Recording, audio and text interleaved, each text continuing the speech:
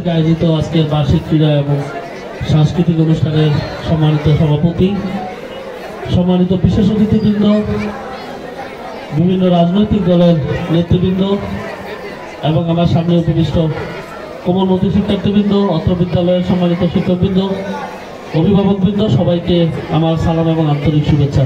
আসসালামু আলাইকুম। তারুণ্যের ভাবনায় আগামীর বাংলাদেশ, সেই তারুণ্যকে সামনে রেখে আজকের এই ক্রীড়া প্রতিযোগিতা, সারা দেশে তারুণ্যের উৎসব চলমান।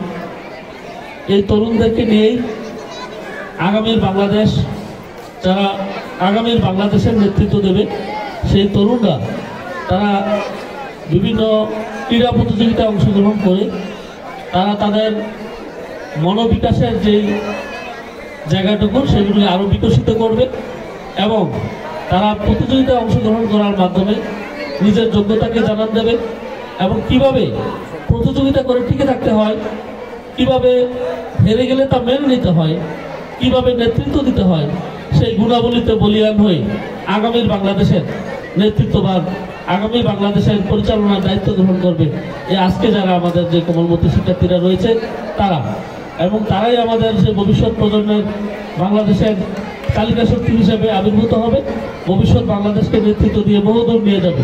সবার প্রতি শুভকামনা জানিয়ে আজকের এই বিপিসি স্কুল অ্যান্ড কলেজের বার্ষিক ক্রীড়া প্রতিযোগিতার শুভ উদ্বোধন ঘোষণা করছি। আসসালামু আলাইকুম।